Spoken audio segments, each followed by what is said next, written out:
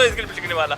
World cup में 16 मुकाबलों के बाद एक और मुकाबला जिसका बेसब्री से हम इंतज़ार कर रहे हैं वो भारत बांग्लादेश का मुकाबला है। कई छोटी टीमों ने बड़े उलटफेर किए हैं और यही सवाल उठ रहा है, क्या नीदरलैंड और अफगानिस्तान के बाद बांग्लादेश कोई बड़ा उलटफेर करने वाली है? आप देख रहे हैं चकल्लस इंडिया न्यूज़ के डिजिटल प्लेटफॉर्म पर। आज चकल्लस में क्रिकेट पर चर्चा करेंगे और क्रिकेट को बेहद नज़दीक से, बेहद करीबी से लगातार आपसे बात कर रहे हैं इंडिया न्यूज़ के डिजिटल प्लेटफॉर्म पे रोहित पुनेठा जी, आप बताइए कि क्या एक और उलटफेर कल हो सकता है? देखिए, होना तो नहीं चाहिए, लेकिन क्रिकेट को कहते हैं कि क्रिकेट बाय चांस, तो इसका मतलब ये भी नहीं है कि हम जो अगेंस्ट हमारी टीम हम उसको बिल्कुल ऐसे मान के चलें कि यार नहीं, वो अच्छा नहीं खेल पाएगी, हमारे आगे परफॉर्म नहीं कर पाएगी। हम बात कर रहे हैं भारत और बांग्लादेश के मुकाबले की, और ये चर्चा आज क्यों हो रही है, इसके पीछे थोड़ा बैकग्राउंडर मुझे लगता है बता देना चाहिए अपने दर्शकों को कि हम ऐसा क्यों कह रहे हैं कि भारत और बांग्लादेश का जो मुकाबला है उसमें भारत को संभल कर खेलने की ज़रूरत है। क्योंकि इस टूर्नामेंट में अभी तक जो अंडरडॉग मानी जा रही टीमें थी उन्होंने बहुत अच्छा परफॉर्म किया है, और अभी रिसेंटली मैं पिछले 2-4 दिनों में अगर जाऊँ तो 2 मुकाबले ऐसे रहे जिसने मतलब मुझको नहीं, आपको नहीं, वर्ल्ड क्रिकेट में जो वर्ल्ड कप देखने वाले लोग हैं उनको भी चौंका दिया। एक मुकाबला तो इंग्लैंड, जो कि लास्ट वर्ल्ड चैंपियन थी, 2019 में भी वर्ल्ड चैंपियन है जब तक अगला हमको नहीं मिलता है, तो इंग्लैंड को हरा दिया था अफगानिस्तान ने उस मुकाबले में। और उसके बाद जो एक मुकाबला अभी कल हुआ है जिसमें साउथ अफ्रीका को हार का सामना करना पड़ा, और नीदरलैंड जैसी टीम जिसको कि बहुत बच्चा टीम कहा जाता है उसने साउथ अफ्रीका को हरा दिया। तो ये बात होती है क्रिकेट में, एक अच्छा दिन और एक ख़राब दिन। एक अच्छा दिन अगर आपका है तो आप नीदरलैंड और अफगानिस्तान जैसे मैच जीत सकते जैसे हैं। पाकिस्तान को जिस तरह से हम लोगों ने हराया वो तो बहुत अच्छा दिन था। हाँ, वो तो खैर बहुत शांत, देखिए नहीं, वो एक अच्छा दिन नहीं है, वो तो 8वां अच्छा दिन था वर्ल्ड कप में अगर आप काउंट करेंगे तो। 92 के वर्ल्ड कप जिस तरह से जितनी बड़ी जीत, 30 ओवर में आपने जिस तरह से कुचल दिया, वो कुचलना था, वो मैच का आनंद नहीं था, वो अच्छी टीम थी। इंडिया की टीम अच्छी थी। हम जो जो जो जो जो नीचे क्रम की टीमें हैं उनके लिए अच्छा दिन क्या है? अगर वो अपने अच्छे दिन पे आ जाएं तो वो फिर किसी टीम को हरा सकते हैं। ये बात हो रही है। हमारी टीम मजबूत की बात कर लो, आज ही का मुकाबला देख लो। 5 कैच छोड़ते हैं अफगानिस्तान वाले, 5 कैचे छोड़ी उन्होंने, आसान यूं कैच और ऐसे कैच, हाथ में आई हुई कैचे छोड़ी उन्होंने। अगर ये 5 कैचे ना छोड़ते तो ये 150 रन पे आउट था, बना देते 150 रन बड़े आराम से। तो आज भी मैच पलटने वाला था, है ना, लेकिन आज भी बड़ा सेटबैक लगने वाला था, और इतनी बड़ी टीम को अगर आज हार जाती, चर्चा कर भी रहे थे उस वक्त। एक वक्त था जब न्यूजीलैंड के 109 रन पे 1 विकेट था और उसके बाद 113 रन पे 4 विकेट हो गए, तो यानी कि 3 विकेट जो है वो 4 रन के भीतर आपके गिर गए। और उसके बाद भी मैं तो फिर थोड़ा सा काम में बिजी हो गया, फिर आशीष ने इससे मेरी बात की, मैंने कहा आशीष ये ठीक ठाक अब आगे लेके चल रहे हैं, लेकिन मुझे लगता है 1 विकेट अगर गिर जाएगा तो ये न्यूजीलैंड की टीम फिर यहाँ से धराशायी होनी शुरू हो जाएगी। कुछ देर बाद मुझे आशीष ने बताया कि भाई 5 कैच टपका चुके हैं अफगानिस्तान वाले, और वही 4-5 कैच टपकाना, खराब फील्डिंग जो है वो भारी पड़ गई। और वही अगर आप बात करें न्यूजीलैंड की टीम की तो बहुत अच्छी शानदार कैचिंग देखिए, हवा में उड़ते हुए गजब। तो ऐसी कल कैच जो है अच्छी, मतलब काफी टाइम से देखी नहीं गई है। जैसे इस मैच में अकेले, इस मैच में न्यूजीलैंड जिस टीम ने जैसे 2-3 कैचे लिए हैं, वो मुझे लगता है कि पिछले 5-7 सालों में नहीं ली गई हूँ ऐसी शानदार कैच। तो कल का जो मैच है बांग्लादेश के साथ, तो आपको क्या लगता है कि अगर भारत टॉस जीतता है तो कहाँ से शुरुआत करनी चाहिए? देखिए, पुणे में ये मैच होने वाला है, भारत और जो बांग्लादेश है उसके बीच मैच होने वाला है। और पुणे की पिच अच्छी पिच है, बैटिंग ट्रैक है, जिस तरह का वहाँ पर पूर्व में रहा भी है, तो मुझे लगता है कि भारत की टीम को बैटिंग लेनी चाहिए पहले टॉस जीतने के बाद, और एक अच्छा बड़ा टोटल अगर आप खड़ा करेंगे तो उसमें सामने वाली जो टीम है उसको एक प्रेशर, बड़ा टोटल क्या मानते हैं? Pressure build. देखिए, जिस तरह से टीम इंडिया इस वक्त फॉर्म में चल रही है, मुझे लगता है कि देखिए 300 तो आज का टोटल आम है, 350 कम से कम 350, और आजकल आप देखिए ना 428 बनाए साउथ अफ्रीका ने, तो 350 से 400 का स्कोर कोई भी है वो एक ठीक स्कोर रहेगा जो कम से कम सामने वाली टीम को एक प्रेशर तो बिल्ड करे। लेकिन मुझे लगता है कि रोहित की रणनीति हो सकता है कि शायद वो चेज़ करना ज़्यादा पसंद करें, क्योंकि चेज़ करते हुए पिछले कुछ दिनों में ठीक ठाक विक्ट्री हासिल की है रोहित शर्मा ने। तो मुझे लगता है कि ये स्ट्रैटेजी भी उनकी रह सकती है कि टॉस जीतूँ तो मैं पहले फील्डिंग करूँ और सामने वाली टीम को बैटिंग करने का मौका दूँ। आज चकल्लस जब शुरू हो रहा था तो सुभाष को बड़ा इंटरेस्ट था कि भारत बांग्लादेश पर बातचीत करनी चाहिए। आपके मन में क्या सवाल है, रोहित जी से पूछिए आप।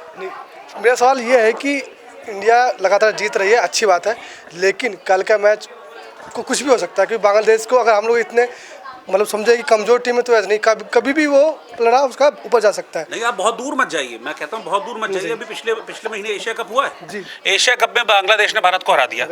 एशिया कप में भारत ने बांग्लादेश को हरा दिया और वो मैच था जिसमें शुभमन गिल ने सेंचुरी लगाई थी, 121 रन, शायद 121, हाँ 121 से, हाँ वो शुभमन गिल ने सेंचुरी लगाई थी और उसके बावजूद वो हार गए और बहुत मार्जिनल विक्ट्री थी। शायद मेरे ख्याल से 6-7 रनों से बांग्लादेश ने उस मैच को जीता था। लेकिन एक और जो आंकड़ा मैं आपके सामने रखने जा रहा हूँ वो चिंता का विषय है टीम इंडिया के लिए।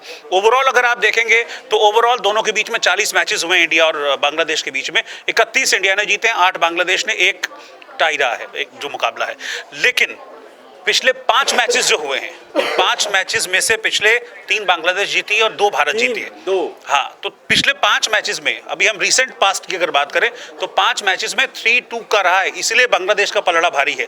ठीक है, मुझे लगता है कि अभी फिलहाल जो टीम बैलेंस है, लेकिन कहते हैं ना, मैंने वही कहा कि कोई एक अच्छा दिन एक खराब दिन, किसी भी दिन आपका दिन खराब हो सकता है, किसी भी दिन अच्छा दिन जैसे अफगानिस्तान का रहा, जैसे नीदरलैंड का रहा, किसी के लिए भी हो सकता है। लेकिन मुझे लगता है कि अभी टीम इंडिया एक फाइन टच में है। जिस तरह के मुकाबले खेले हैं अभी टीम इंडिया ने वर्ल्ड कप में, वो बहुत डोमिनेट होकर टीम इंडिया ने मैचेस अपने खेले हैं, बहुत डोमिनेट होकर, चाहे वो ऑस्ट्रेलिया के अगेंस्ट हो या फिर अभी जो अपने मैचेस टीम ने खेले। तो ये एक अच्छी बात है कि डोमिनेट होकर खेल रहे हैं, इसी लय को बरकरार रखना होगा। अब इसका पॉजिटिव पार्ट अगर हम देखें तो पॉजिटिव पार्ट इसका ये है कि भाई विराट कोहली बांग्लादेश के अगेंस्ट खूब चलते हैं और इंडिया की तरफ से बांग्लादेश के अगेंस्ट सबसे ज्यादा रन बनाने वाले कोहली हैं, जो कि इन फॉर्म है अभी। शुभमन गिल जो अभी थोड़ी सेहत की वजह से परेशान थे और वो पिछले मैच में भी अच्छा नहीं खेल पाए, तो क्या आपको लगता है कि उन्हें कल रखना चाहिए टीम 11 में? नहीं, देखिए, अब उनको अगर आपने एक बार मैच में उतार दिया शुभमन गिल को अगेंस्ट पाकिस्तान, तो फिर मुझे नहीं लगता कि अब उनको ड्रॉप करने का, बैठाने का कोई मतलब है, क्योंकि सिर्फ एक मैच ऐसा नहीं है कि अभी बांग्लादेश, अभी तो आप समझिए 3 मैच हमने खेले हैं, 6 मैच हमको खेलने हैं, एटलीस्ट 9 लीग मैच तो आपको खेलने ही हैं जो आगे जो सेमीफाइनल्स हैं उनसे पहले। तो अब आपने एक बार अगर मैदान पर उतार दिया तो फिर बैठाकर आपको बेंच स्ट्रेंथ मजबूत नहीं करनी है, आपको मैदान पर परफॉर्म कराना है। और शुभमन गिल का भी रिकॉर्ड ठीक रहा है, जो लास्ट मैच जैसे जिसका मैंने जिक्र किया एशिया कप में, उसमें सेंचुरी लगाई थी शुभमन गिल ने, और पिछले मैच में भी भले ही 16 रन बनाए, लेकिन वो सारे के सारे 16 रन 4 चौकों से आए थे और बैट जो है उनका स्वीट पार्ट पे हिट कर रहे थे जो बॉल को है। तो अच्छा है, अच्छे टच में है, शुभमन को जरूर खेलना चाहिए और खिलाएंगे। मुझे कोई भी वजह नजर नहीं आती कि उनको ड्रॉप करेंगे, फिट है, मैदान पे उतर रहे, खेल रहे हैं। हैप्पी, आप कल के मैच को लेकर जो सवाल करना चाहते हैं रोहित जी से कर सकते हैं। सर, कल के मैच में अगर बात करें भारतीय बल्लेबाजी में, तो कल क्या फिर आसान टीम समझ करके फिर चेंज किए जाएंगे? प्लेइंग 11 वहीं सेम रहेगी हमारी या बदलाव होगा? नहीं, मुझे नहीं लगता, मुझे बिल्कुल नहीं लगता कि किसी भी तरह का कोई चेंज होगा, क्योंकि ये कोई छोटा मोटा टूर्नामेंट नहीं है, ये कोई बायलैटरल सीरीज नहीं है कि जिसमें 3 मैच खेले जाने हैं, 2 आप जीत गए और तीसरा नहीं भी जीतेंगे तो आपको कोई फर्क नहीं पड़ेगा। जस्ट आपने एशिया कप का जिक्र करा था, जहाँ पर हम थोड़े हारते हुए नजर आए थे, बांग्लादेश से हार गए थे हम, लेकिन वहाँ चेंजेस हुए थे टीम में। तो क्या एशिया कप में भी हमने हल्के में लिए थे, इस बार वर्ल्ड कप को देखते हुए हल्के में नहीं लेंगे, या फिर लगेगा नहीं सब ठीक है, ईशान किशन को ला लेते हैं, थोड़ा सा शुभमन गिल को और रेस्ट देते हैं तबीयत को और सही करने के लिए? उस वक्त तक ये था कि भाई हमको ये था कि हम फाइनल तो खेल ही जाएंगे, लेकिन यहाँ अभी आप सोचिए, आप इस स्टेज पर हैं कि आपने ठीक है 3 मैच जीते हैं, लेकिन आपको अपनी सीट पक्का करने के लिए कम से कम 4 मैच और जीतने पड़ेंगे।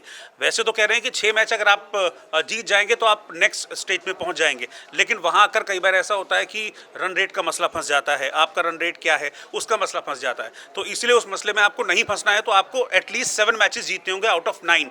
तो आउट ऑफ 9 अभी 3 मैच हमने खेले हैं, 3 जीते हैं, बचे हैं अभी 6 मैच, उन 6 में से भी हमको एटलीस्ट 4 मैच जीतने पड़ेंगे। तो इसलिए मुझे नहीं लगता कि किसी भी तरह का रिस्क उस प्लेइंग 11 के साथ लिया जाएगा जो विनिंग कॉम्बिनेशन है, जो अच्छा परफॉर्म कर रही है और जिसने आपको पिछले 3 मैचेस में जीत दिलाई है। तो एक हो सकता है चेंज हो, बैटिंग साइड में कोई चेंज नहीं होगा। ये हो सकता है कि अपनी बॉलिंग स्ट्रेंथ को आप बढ़ाने के लिए शार्दुल ठाकुर की जगह हो सकता है कि आप मोहम्मद शमी को खिलाएं, क्योंकि ये सवाल भी उठ रहा था जब लास्ट मैच में शार्दुल ठाकुर को खिलाया था कि आपने 2 ओवर कराए शार्दुल ठाकुर से, लेकिन वो कुछ ना प्रभावी शार्दुल ठाकुर लगे, और ऐसा भी नहीं है कि वो बल्ले से बहुत ज़्यादा प्रभावी शार्दुल ठाकुर कभी रहे हैं। तो मुझे लगता है कि बॉलिंग को अगर आप अपनी मजबूत करेंगे उसके मुकाबले, तो मुझे लगता है कि शायद एक ये चेंज हो सकता है कि शार्दुल ठाकुर को ड्रॉप करके या तो हो सकता है मोहम्मद शमी को खिलाया जाए या फिर हो सकता है अश्विन को खिलाया जाए। अब इन दोनों में से टीम मैनेजमेंट क्या सोचता है, क्या उनका दिमाग में चल रहा है कि फाइनल प्लेइंग 11 क्या होगी, ये उनका थॉट है। लेकिन इसके अलावा कोई चेंज होगा, बैटिंग लाइनअप में कोई बदलाव होगा किसी भी तरह का, मुझे नहीं लगता।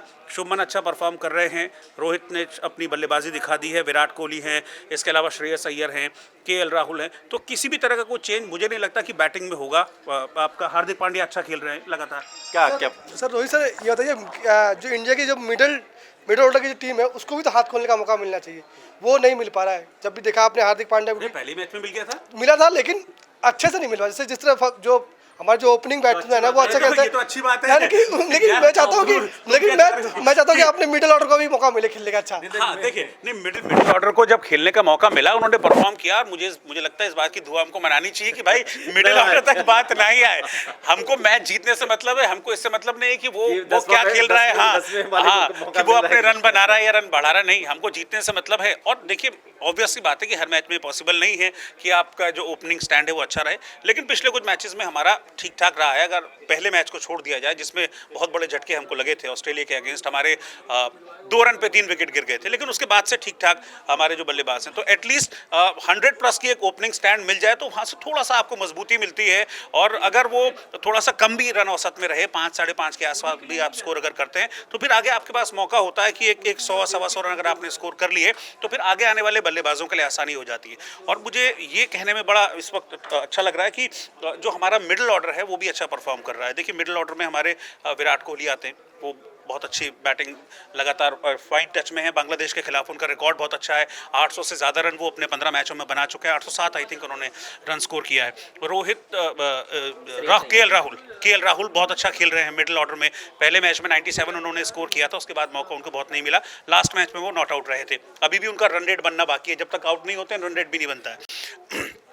और दूसरी बात, श्रेयस अय्यर, आपने कहा श्रेयस अय्यर लगातार अच्छा खेल रहे हैं, तो मुझे नहीं लगता कि मिडिल ऑर्डर में किसी तरह की कोई प्रॉब्लम है। और उसके बाद फिर डेप्थ है हमारी बैटिंग में ना, उसके बाद हमारे पास हार्दिक पांड्या हैं, उसके बाद रविंद्र जडेजा हैं, तो इतना है अगर आपके पास डेप्थ। और अगर मोहम्मद शमी को टीम में शामिल करते हैं तो वो भी ठीक ठाक हाथ मौका पड़ने पर, कहते हैं ना चप्पू चलाना, तो चप्पू चलाने में मोहम्मद शमी माहिर हैं। तो बैटिंग में आपकी डेप्थ है, उस एंड पर चिंता करने की ज़रूरत नहीं है। लेकिन हाँ, ओवर कॉन्फिडेंट भी आपको ओवर कॉन्फिडेंस से बचने की ज़रूरत है, क्योंकि ये वर्ल्ड कप का मुकाबला है और 2 हमने देख ही लिए हैं रिजल्ट किस तरह से हुए हैं, तो ऐसा कुछ नहीं होगा मुझे पता है, लेकिन ना हो इसके लिए हम दुआ करते हैं, हम उम्मीद करते हैं कि ओवर कॉन्फिडेंस नहीं, हाँ पूरे कॉन्फिडेंस के साथ इंडिया खेलेंगे। क्रिकेट पे तो बहुत सारी बात हो गई, अब जो सवाल आशीष के मन में है कि सोनिया अख्तर वाला, कि सोनिया अख्तर कल, आशीष आप बताइए कि सोनिया अख्तर कल नागिन डांस करेंगी कि नहीं बांग्लादेश के मुकाबले में? देखिए सोनिया अख्तर, एक मिनट रुकना है, सोनिया अख्तर जो हैं वो बहुत परेशान हैं, क्योंकि उन पर जो मुसीबत आ पड़ी है, उनके मुसीबत सबसे इम्पोर्टेंट बच्चा है छोटा, जो 16 महीने का है, जैसा कि वो कह रही है। हाँ बच्चा तो छोटा है ही है, 16 महीने का है ही, उसमें जैसा वो क्या कह रही है, हाँ मुसीबत जो उन पर आई हुई है। और वो नहीं, सोनिया अख्तर करेंगी नागिन डांस या सीमा हैदर करेंगी? कैसे नागिन, सोनिया अख्तर की बात करते हैं तो सोनिया अख्तर पहले एक एक पर सोनिया अख्तर नागिन डांस अभी कैसे करेंगी? हालांकि जब एशिया कप में बांग्लादेश से भारत का मुकाबला हुआ था, जब बांग्लादेश जीतेगा तो सोनिया अख्तर बांग्लादेश जब जीता था, भारत जीतेगा तो सीमा हैदर। अब बात ही पूरी करने दे, जब बात पूरी नहीं करने दे तो माइक हटा लीजिए।